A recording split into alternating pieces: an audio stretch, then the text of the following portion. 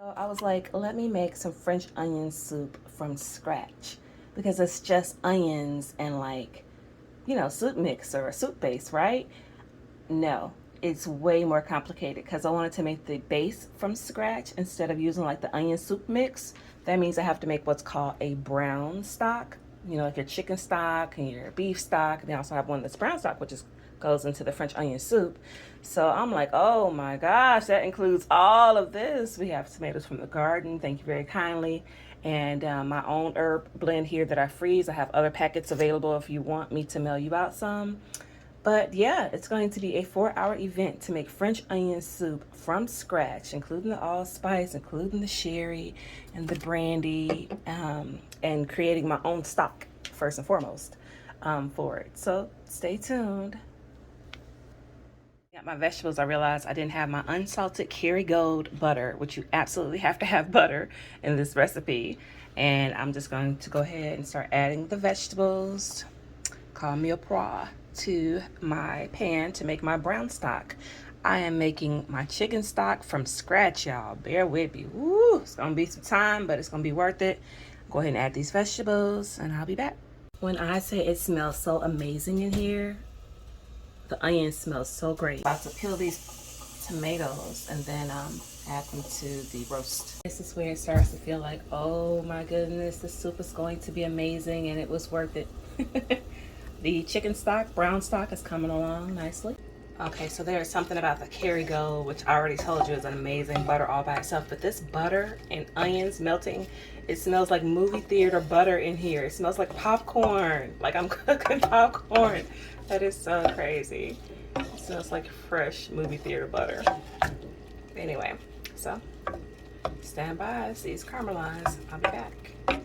Onions are cooking very nicely and very slowly as they are supposed to, and it is time for the second batch of vegetables to go in to make the caramelization with the chicken stock that we're making. So I just laid it right on top of the other cooked down vegetables, and we are making brown stock, which is basically a chicken stock from scratch for the French onions. Water to the pot. I'm gonna go ahead and create my aromatics pouch here that goes into the water to flavor it with the allspice and my frozen herbs. Like I said, I have these frozen in little packets, so if you need one, you can have one. Create your own soup base with. Use it for chicken noodle soup, whatever you need it for. All right. Whew.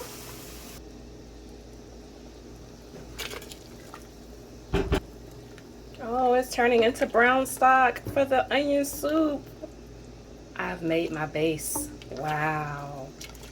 Whew. Ooh, we the longest 4 to 5 hours trying to make this onion soup mix, but let me tell you, it was so worth it making it from scratch. It's so aromatic and the flavor is so rich that like I don't necessarily want it like a bouillon cube anymore or something off the shelf.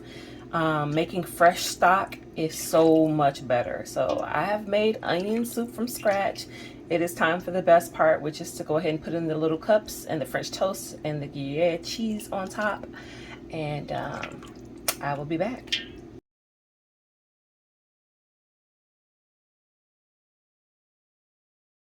Oh, and I'll be having the recipe uploaded on the garnished skillet.